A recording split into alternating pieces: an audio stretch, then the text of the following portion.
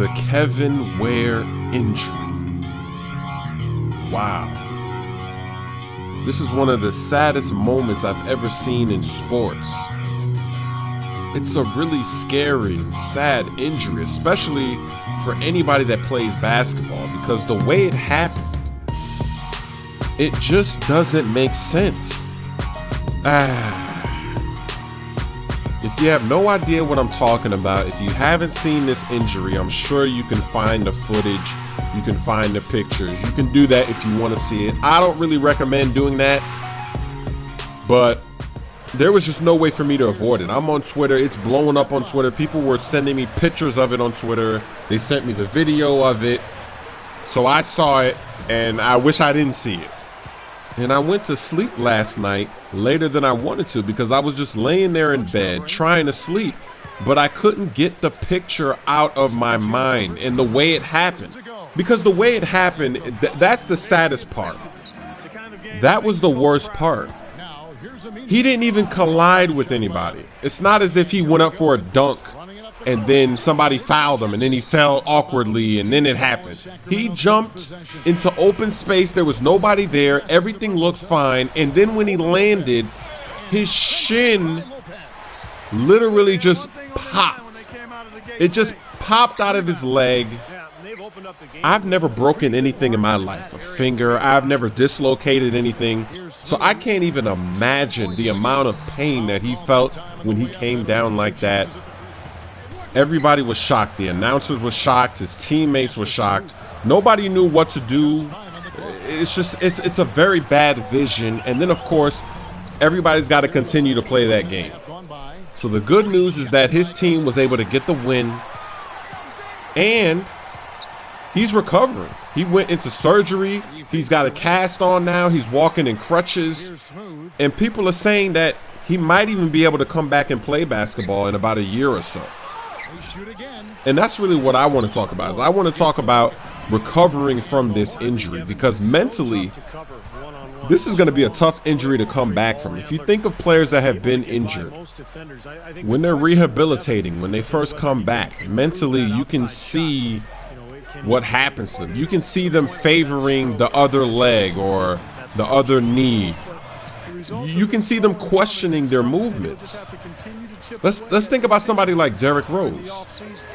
Steve OS on Twitter posted a picture of Derrick Rose dunking before a game, and he jumped off the leg that wasn't injured, and then he landed back on the leg that wasn't injured first. And that's a little weird for dunking, because normally you don't see that. You just see people, they lift off from their left leg mainly, slam it down, and they might, it just depends. They just land on whatever leg is first. But with his dunk, it was almost like he wanted to land on that good leg. He wanted to take off on that good leg. And mentally, it's going to be kind of hard to shake what happened. The way you got injured is always going to be in your mind. And so when Derrick Rose comes back, that's one of the things that's going to be interesting to see, because he got injured doing a hop step layup. So does that mean that he's going to stop doing hop step layups when he goes into the paint? We don't know. But now Kevin Ware, he got injured trying to contest a shot. He was making a simple basketball play, a hustle play. Somebody was left wide open, and he ran to close out. He jumped up in the air, and then he landed, and that happened. I mean, something like that happening to you, so gruesome. How do you bounce back? How do you recover from that?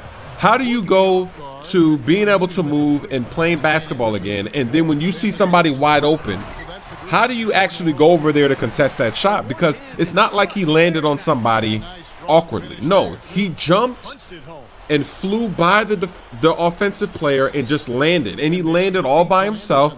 It looked like he landed good, and then just pop. So if he is able to fully recover and actually come back and play basketball still, hopefully he can get that out of his mind. I know a lot of people are speculating right now that he could lose his college scholarship.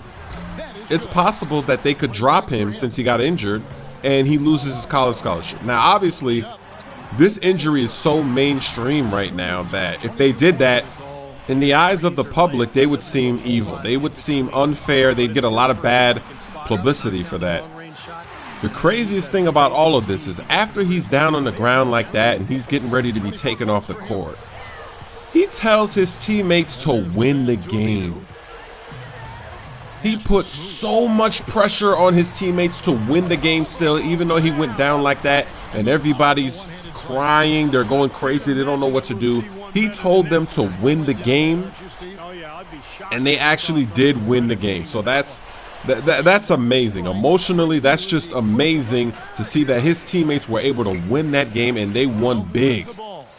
Going forward, it'll be interesting to see what Louisville can do. Will they win it all? Will they keep advancing after this, or will they get eliminated here in the next round? So go ahead and leave me your thoughts in the comments section, and I have a question for you. If you were him, do you think you could make the comeback? Would you feel comfortable if you did recover, jumping to contest jump shots? Because it was something so simple as that, you know. I don't know if I could. Because right now, after seeing that injury, I'm looking down at my own shins. I'm like, should I jump around like that? Even though that's such a rare, you don't really see that happening. But to see it with your own eyes, it's bad for the brain.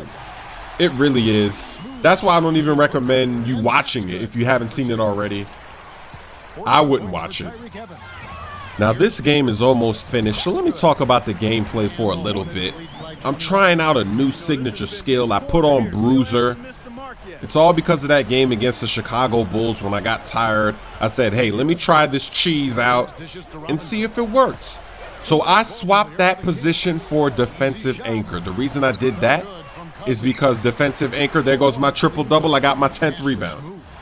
The reason I switched out defensive anchor is because I have a suspicion that the level 3 signature skills are bugged. So I said, let me use that and see what happens. So far, I can't tell if it works because Aaron Brooks, he didn't really get tired.